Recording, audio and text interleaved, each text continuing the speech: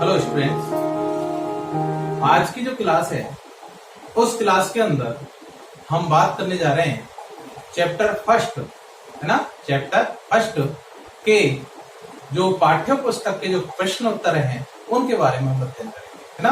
तो यहाँ हम बात कर रहे हैं, देखो एक पहली बात तो मैं आपसे कहना चाहता हूँ कि क्वेश्चंस आपको खुद को सॉल्व करने हैं, है ना। और मैं यहाँ पर आपको हिंट दे देता हूँ, ठीक है। प्रत्येक क्वेश्चन में अगर मैं प्रत्येक क्वेश्चन सॉल्व कराने लगूंगा, है ना, ढंग से, तो इन क्वेश्चनों की ही तुम्हारे कम से कम 4-5 वीडियो बनेंगी। क्वेश्चंस की 4-5 वीडियो बनेगी, है ना। तो इससे अच्छा जो रहेगा, मैं आपको हिंट देता हूं, आप लोग उस क्वेश्चन को सॉल्व करना, और क्वेश्चन जैसे ही सॉल्व हो जाए, ठीक है, तो बहुत अच्छी बात है ना। बुक्स का सहारा ले लेना, ठीक है, जैसे भी है। और अगर नहीं होता है तो कमेंट्स बॉक्स, है ना, या फिर मेरे तक आप इस बात को पहुंचा सकते हो, ठीक है, किसी भी माध्यम से, ठीक, जिससे मैं उस बात पर चर्चा करके आपको नेक्स्ट वीडियो आपको प्रोवाइड करा, ठीक है सर। हाँ जी, तो देखना कि चैप्टर फर्स्ट है और चैप्टर का नाम था अपने का विद्युत क्षेत्र, ठीक है। चैप्टर का क्या नाम था? विद्युत क्षेत्र था। यहां हम बात करने वाले हैं पाठ्य पुस्तक के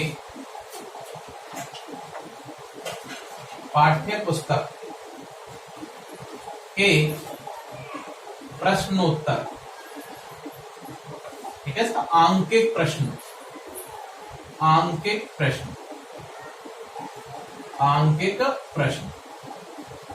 ठीक। तो देखना ध्यान से देखते जाना, कुछ नहीं करना, है ना। किताब अपने पास रखनी है जब भी क्वेश्चन सॉल्व करो, ठीक। तो क्वेश्चन नंबर क्या है? पहला, मैं आपको क्वेश्चन करने का तरीका बता रहा हूं, ठीक है, ध्यान से देखना कि क्वेश्चन नंबर पहला क्या है। तो क्वेश्चन सॉल्व करने से पहले एक और हिंट देना चाहूंगा आपको, क्या कि जो क्वेश्चन के अंदर दे रखा है, क्वेश्चन को पहले तो हमें ध्यान से पढ़ना है कि क्वेश्चन क्या दे रहा है और क्या हमसे पूछ रहा है। तो उस चीज को हम यहाँ पर नोट करेंगे। अगर ऐसा हम करेंगे तो क्वेश्चन गलत होने की संभावना बहुत कम होगी, ठीक है। तो देखना ध्यान से, पहला क्वेश्चन क्या कह रहा है? पहला क्वेश्चन है कि वायु में एक दूसरे से 30 सेंटीमीटर दूरी पर रखे दो छोटे आवेशित गोलों, है ना। क्या कह रहा है क्वेश्चन में कि वायु में रखे हुए हैं, किसमें रखे हैं भाई? वायु में, और दो छोटे गोले हैं, ठीक है, और वायु में रखे हुए, किसमें रखे भाई? वायु में। इसका मतलब माध्यम में हमें पता चल गया कि माध्यम क्या है यहाँ पर? वायु है।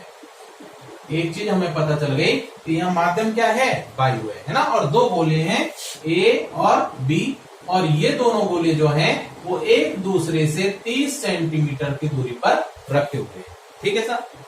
आगे क्या कह रहा है, ध्यान से सुनना, कि इन दोनों गोलों पर क्रमशः 2 × 10⁻⁷ और 3 × 10⁻⁷ आवेश है।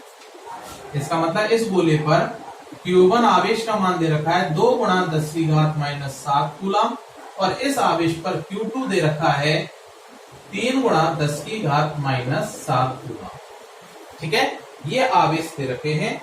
और आगे क्या कह रहा है, इनके मध्य बल प्राप्त करो। इनके मध्य क्या ज्ञात करना है? बल ज्ञात करना है। बस तो हो गया क्वेश्चन, है ना। डायग्राम को देखो ध्यान से, क्या पूछ रहा है वो? दो स्तर आवेश दे रखे हैं, स्तर दे रखे हैं, तो इसका मतलब क्या लगेगा यहाँ पर? कूलम बल लगेगा। तो कूलम बल क्या होता है? क्योंकि कूलम बल से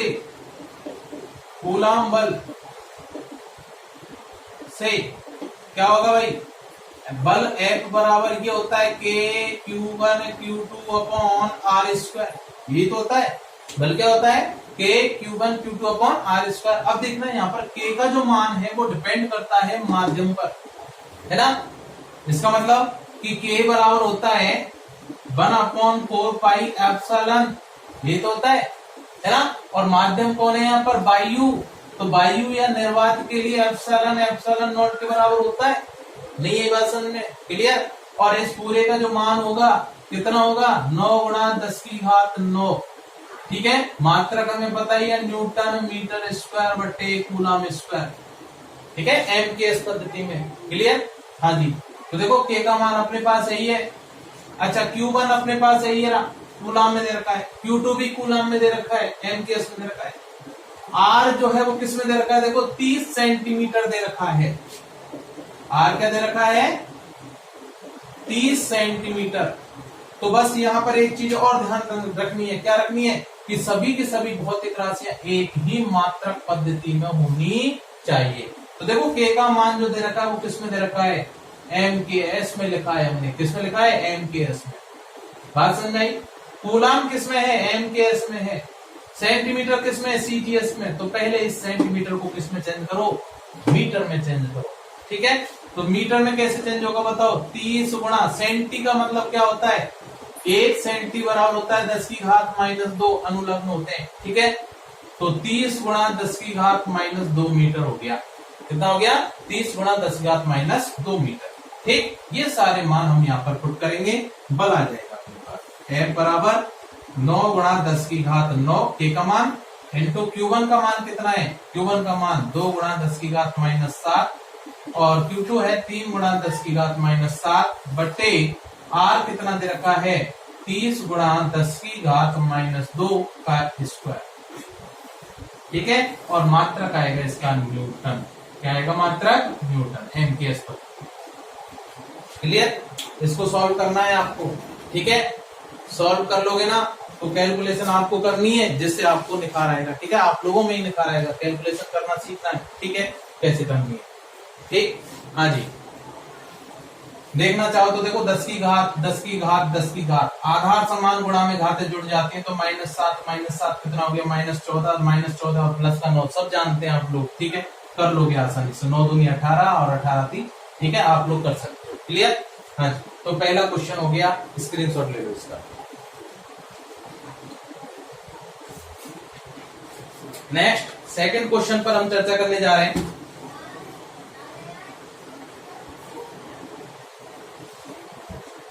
मिटा देता हूं इसको।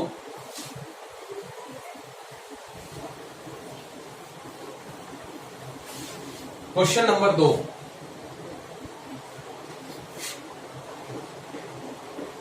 क्वेश्चन नंबर 2 इंपॉर्टेंट क्वेश्चन है। क्या कह रहा है, सुनना ध्यान से। ये कह रहा है कि दो समान धातु के गोले, दो समान धातु के हैं और गोले हैं। ठीक है, +10 माइक्रोकूलम एवं -20 माइक्रोकूलम आवेश से आवेशित किए गए हैं। ठीक है साहब, दो समान धातु के गोले हैं, A और एक हो गया B। ठीक है, समान धातु के दोनों, ध्यान रखना, इसका मतलब दोनों समान धातु के, इसका मतलब माध्यम दोनों का सेम है। क्लियर, हाँ जी। और एक पर जो आवेश है वो दे रखा है +10 माइक्रोकूलम, Q1 बराबर +10 माइक्रोकूलम और Q2 दे रखा है -20 माइक्रोकूलम। ठीक है, ये आवेश इन पर दे रखे हैं। आगे कह रहा है कि यदि इनको एक दूसरे के संपर्क में लाकर, क्या कह रहा है वो, कि पहले ये कंडीशन है, ये कुछ दूरी पर रखे हुए हैं, R दूरी पर। ठीक है, अब क्या कह रहा है, अब इन दोनों को क्या किया, एक दूसरे के संपर्क में लाया गया, A और B। ठीक है, संपर्क में लाकर, ठीक है, अलग कर उन्हें उसी दूरी पर अलग कर दिया। संपर्क में लाने के बाद उन्हें क्या कर दिया, उसी दूरी पर क्या कर दिया, वापस उसी दूरी पर ले गए। नहीं, यही बात समझ में। क्लियर, इसका मतलब दोनों के बीच की दूरी सेम है, चेंज नहीं होगी। ठीक, कर रख दिया जाए तब दोनों अवस्थाओं में बलों का अनुपात क्या होगा। इसका मतलब कि इस अवस्था में बल क्या है, F1, इस अवस्था में बल F2 क्या होगा। नहीं, यही बात समझ में है ना। और इन दोनों का हमें निकालना है क्या, अनुपात ज्ञात करना है, F1 बटे F2। तो आई थिंक क्वेश्चन अच्छे से समझ में आ गया होगा। क्या कह रहा है क्वेश्चन, जैसे क्वेश्चन कहता जा रहा है वैसे वैसे हमने किया, हमने कुछ नहीं किया, जैसे क्वेश्चन ने कहा वैसा किया। ठीक, ऐसा ही करना है, क्वेश्चन करने का ये अच्छा तरीका है।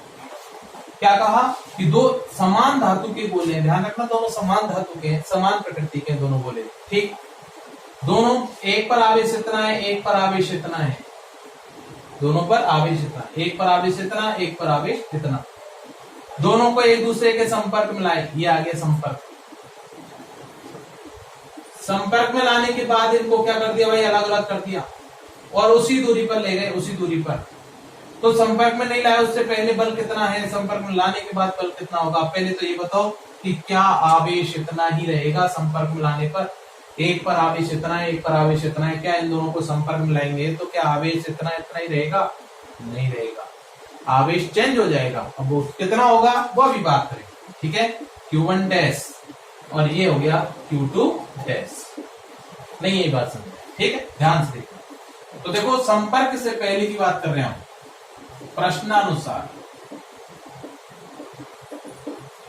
हाँ जी, क्या संपर्क से पूर्व, संपर्क से पूर्व, हाँ जी, बल कूलाम बल ए व बी के मध्य कूलाम बल F1 बराबर क्या होगा बताओ? K Q1 Q2 बटे R, यही होगा। मान रख दो, रखना चाहो तो। F1 बराबर, दोनों का माध्यम सेम है, दोनों का माध्यम सेम है, इसका मतलब K भी सेम होगा दोनों का। तो K की जगह K लिख रहा हूं मैं। Q1 के स्थान पर 10 प्लस का माइक्रो है, तो माइक्रो कितना होता है? 10 की घात माइनस 6 होता है। इंटू Q2 कितना है? 20 माइक्रो मतलब 10 की घात माइनस 6 बटे R कितना है? वही R नहीं दे रखा हमें। ये समीकरण नंबर 1 न्यूटन, ठीक है सर, ये समीकरण नंबर 1। हाँ जी, अब बात करते हैं कि संपर्क में लाने पर। तो देखो, चूंकि गोलों को परस्पर संपर्क में लाने पर क्योंकि ये दोनों गोले देखो समान प्रकृति के हैं, समान धातु के बने हुए हैं ना, तो इसलिए दोनों पर आवेश भी क्या हो जाएगा? संपर्क में लाने पर समान हो जाएगा। जब तक व्यतिरेक होगा, जब तक दोनों पर आवेश सेम ना हो जाए। क्लियर? हाँ जी। तो गोलों को परस्पर संपर्क में लाने पर दोनों गोलों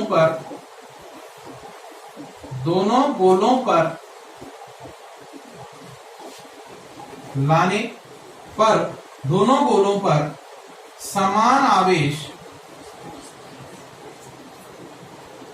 समान आवेश वितरित होगा।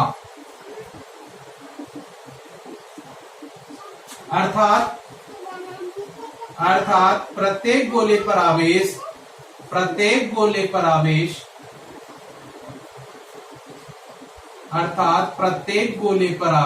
क्या होगा भाई? प्रत्येक गोले पर आवेश बताओ। Q बराबर, प्रत्येक गोले पर निकाल रहे हैं हम आवेश, तो Q बराबर क्या होगा? देखो कैसे निकालते हैं हम। समान लाना है मुझे, तो समान आवेश चाहिए है ना, तो समान आवेश चाहिए, इसका मतलब इस पर आवेश इतना है, इस पर आवेश इतना है, तो समान कैसे होगा? औसत मान होगा इनका। अरे मध्यमान नहीं निकालते तो कैसे? कि Q1 प्लस Q2 बटे 2 आ जाएगा समान, दोनों को जोड़ के 2 का भाग लगा दो तो क्या हो जाएगा? Q1 प्लस Q2 बटे 2। अब देखना ध्यान से, Q1 कितना है यहाँ पर बताओ? प्लस 10 माइक्रो कूलम, माइक्रो ही है तो माइक्रो लगा देंगे हम, प्लस, और Q2 कितना है? माइनस 20 है, ठीक है, बटे और 2। नहीं ये बात समझ में, ठीक है। कितना आ जाएगा बताओ? कितना होगा? 10 और माइनस 20, माइनस 10 बचा, बटे 2, कितना आ गया? Minus 5 micro coulomb. कितना आ गया? Minus 5 micro coulomb. इसका मतलब Q1 डैश का मान भी -5 और Q2 डैश का मान भी कितना होगा? -5 हो जाएगा। कब? दोनों को पृथक करने पर। नहीं यही बात समझ में, ठीक है। R दोनों की सेम रहेगी। ये बात समझ में आई नहीं है? एक बात और दिमाग में आ रही होगी सबके, क्या आ रही होगी? साहब यहाँ बल जब हमने लिखा था तो Q1 हमने प्लस लिया, लेकिन Q2 तो हमने माइनस लिया ही नहीं। नहीं ये बात समझ में नहीं आई? दिमाग में नहीं आई होगी, है ना? क्यों? इतने समझदार थोड़ी ना हो आप लोग, ठीक? क्यों? देखना ध्यान से, मैंने क्या बोला था? एक लाइन बोली थी, याद हो तो, कि सदिश राशियों में प्लस है तो प्लस, माइनस है तो भी प्लस। सदिश राशियों में जब परिमाण ज्ञात करते हैं, तो मैंने यहाँ बल का परिमाण ज्ञात किया है, तो बल का जब परिमाण ज्ञात किया है तो यहाँ माइनस भी क्या हो जाएगा, प्लस हो जाएगा। क्लियर। लेकिन यहां मैं आवेश निकाल रहा हूं और आवेश अदिश राशि होती है और अदिश राशियों में प्लस प्लस होता है, माइनस माइनस होता है। ठीक है सर, इसका यहां तक स्क्रीनशॉट लो, फिर आगे चलते हैं भाई। हाँ जी, डायग्राम मिटा देता हूं। ठीक है, अच्छे से समझ में आ गया होगा डायग्राम।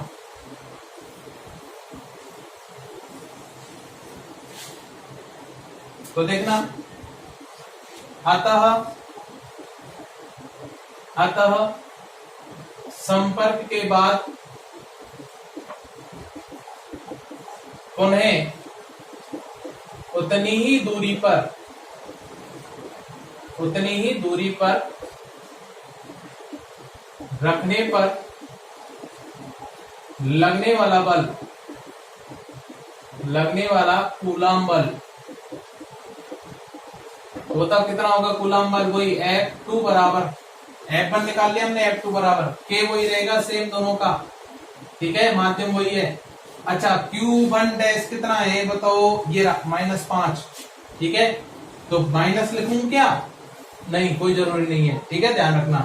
तो क्या आ जाएगा, इंटू 5 गुणा 10 की घात -6, क्यों माइक्रो दे रखा है हमें, इंटू Q2 कितना है, यही 5 गुणा 10 की घात -6 बटे, हाँ जी, R कितनी है दोनों के मध्य की, वही है स्मॉल r। ये समीकरण आ गया 2। ठीक है, तो ये बलों का परिमाण आ रहा है, ध्यान रखना। अगर वो वेक्टर लगाता तो माइनस और माइनस दोनों लगाने पड़ते, यहां भी Q2 का मान माइनस रखना पड़ता। समझ में आया। ठीक है, अतः समीकरण एक बार, अतः समीकरण 1 में 2 का भाग देने पर क्या आएगा, F1 बट्टे F2 बराबर, F1 कितना है, ये रहा, K 10 गुणा 10 की घात -6 गुणा 20 गुणा 10 की घात -6 बट्टे R बट्टे K गुणा 5 गुणा 10 की घात -6 गुणा 5 गुणा 10 की घात -6 बट्टे स्मॉल r से r गया। ठीक है, K से K गया, 10 की घात -6 10 की घात -6 10 की घात -6 10 की घात -6। ठीक है, ये सारे मान गए। तो F1 बट्टे F2 बराबर कितना आ गया, देखो 5 से 5 दूनी 10। ठीक है, ऐसे 5 से 5 चौका 20 और 2 चौके 8 8:1 आ गया सर इसका मान। ठीक है, ये मान निकल के आया और यही इसका क्या होगा, आंसर होगा। नहीं, यही बात समझ। ठीक है, तो इसका स्क्रीनशॉट ले लो, फिर आगे चलते हैं।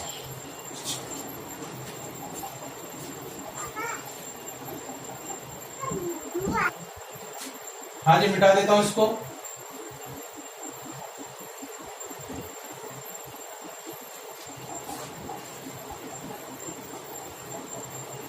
नेक्स्ट हम बात करने जा रहे हैं, देखना ध्यान से, क्वेश्चन नंबर 3। क्वेश्चन नंबर 3 क्या है, सुनना ध्यान से भाई। क्वेश्चन नंबर 3 कह रहा है कि ए भुजा वाले समबाहु त्रिभुज, ये समबाहु त्रिभुज रहा,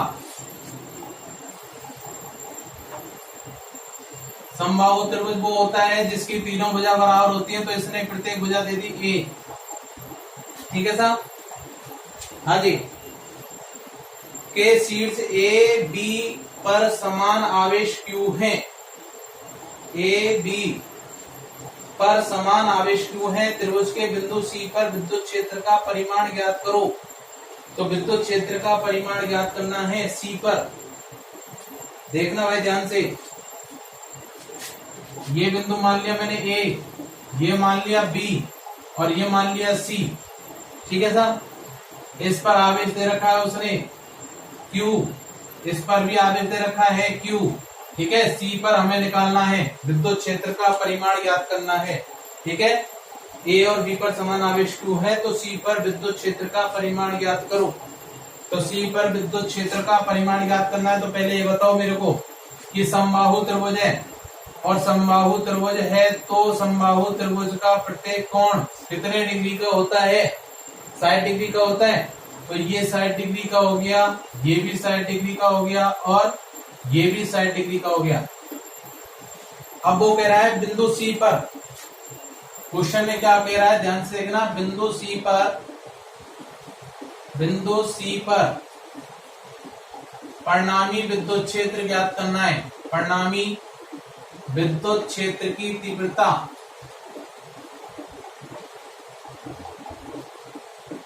ई वेक्टर का मोड ज्ञात करना है।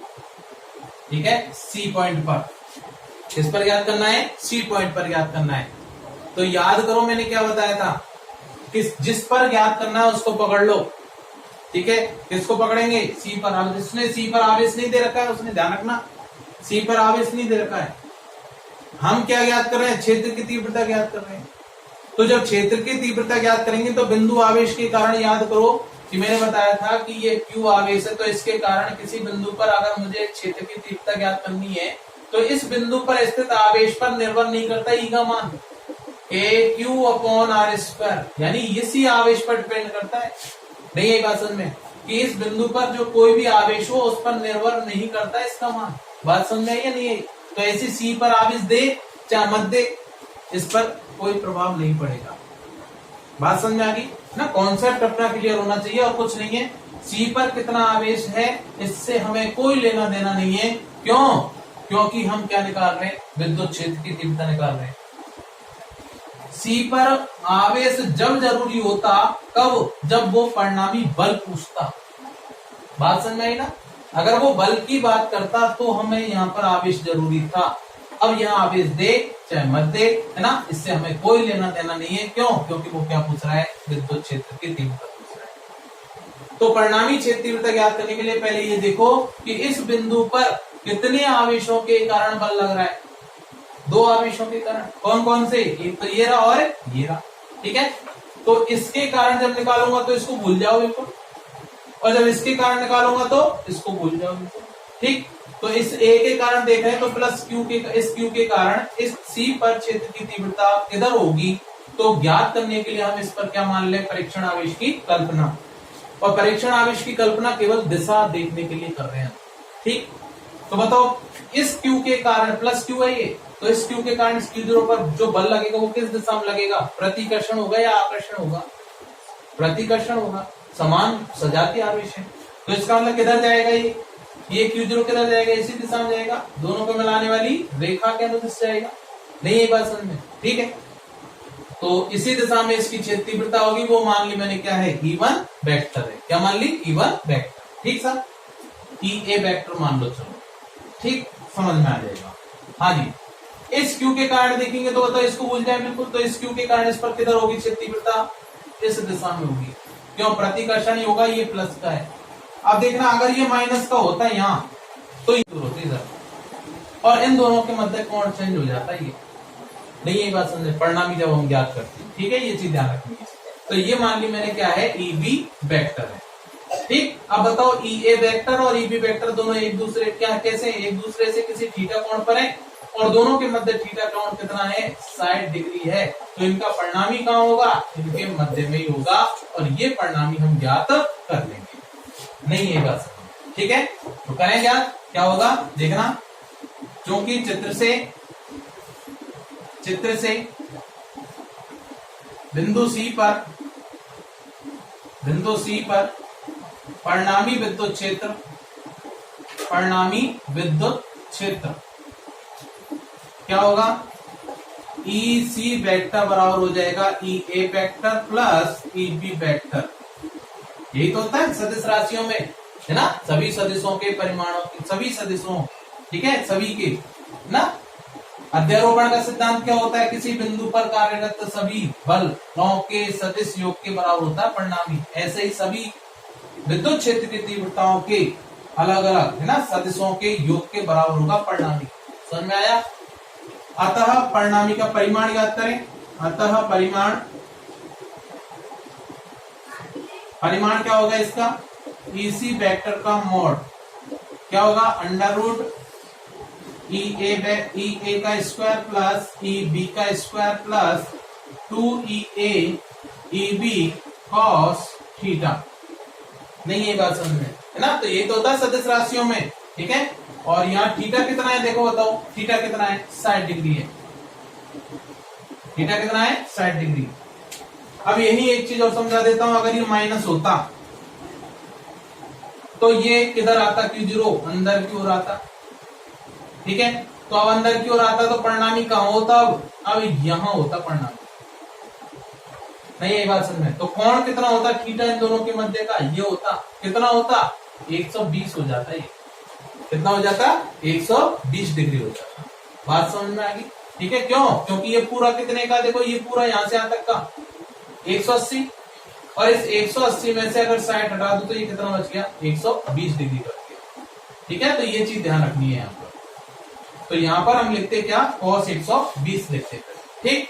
तो देखना क्या हो जाएगा यहां से, इसी वेक्टर बराबर मॉड बराबर अंडर रूट EA का स्क्वायर प्लस EB का स्क्वायर प्लस 2EA EB और cos 60 रख दूं यहाँ मान, तो 60 डिग्री का मान कितना होता है 1/2 होता है, cos 60 का मान 1/2 होता है, और 2 से ये 2 कैंसिल हो जाएगा, 2 से 2 कैंसिल हो जाएगा, ठीक है सर। तो यहां से समीकरण आ जाएगा अपने पास EC बराबर अंडर रूट EA का स्क्वायर प्लस EB का स्क्वायर प्लस EAEB,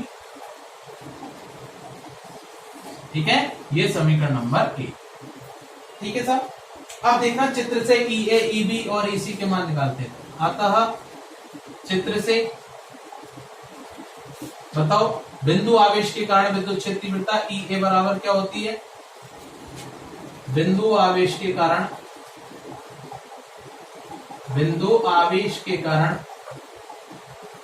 विद्युत क्षेत्र की तीव्रता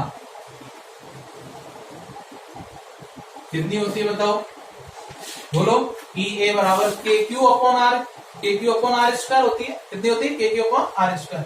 तो बताओ EA निकाल रहा हूं, तो इस आवेश के कारण कितनी होगी K, ये वाला Q अपॉन दोनों के बीच की दूरी कितनी A का स्क्वायर, ठीक है। इसी प्रकार EB बराबर क्या होगा बताओ, वही K, ये वाला Q प्लस का है बटे दोनों के बीच दूरी A का स्क्वायर, नहीं यही बात समझ में। ये समीकरण 2, ये समीकरण नंबर 3। तो देखना समीकरण 2 व 3 से, समीकरण 2 व 3 से दोनों मान देखो बराबर आ रहे हैं, यहां कर देता हूं मैं, देखना 2 व 3 से EA बराबर EB, EA बराबर क्या आ रहा है EB आ रहा है, देखो KQ/A स्क्वायर KQ/A स्क्वायर, ठीक है। तो इस वाले समीकरण 1 को देखो, अतः समीकरण 1 से E बराबर क्या आ जाएगा अंडर रूट, EC बराबर क्या आ जाएगा EA के EB के स्थान पर EA रख देता हूं, तो EA का स्क्वायर प्लस EA का square plus EA into EA क्या हो जाएगा EA का स्क्वायर। तो इसको क्या लिख सकते हैं बताओ यहाँ पर, या 3 हो गया तो अंडर रूट 3EA स्क्वायर, या EC बराबर आ जाएगा यहां से अंडर रूट 3 और स्क्वायर से अंडर रूट कैंसिल, तो क्या बच गया EA बच गया, नहीं ये बात समझो। और EA का मान समीकरण 2 से रख दो, तो यहां से EC बराबर आ जाएगा अंडर रूट 3 KQ/A स्क्वायर, ठीक है सर। बात समझ में आ गई है ना। और देखना इससे बस कॉन्सेप्ट क्लियर करना हमें, और कुछ नहीं करना, कॉन्सेप्ट समझ में आना चाहिए ना। क्वेश्चन अपना आराम से सॉल्व हो जाएगा, क्वेश्चन को ध्यान से पढ़ना है ना, क्या दे रखा है क्या पूछ रहा है, ये सारी चीजें यहाँ पर क्या करनी है हमें क्लियर करनी है, ठीक है। तो आज के लिए इतना ही, बाकी बात करेंगे हम नेक्स्ट क्लास के अंदर, ठीक है। धन्यवाद, इसका स्क्रीनशॉट ले लेना, ठीक, नमस्कार।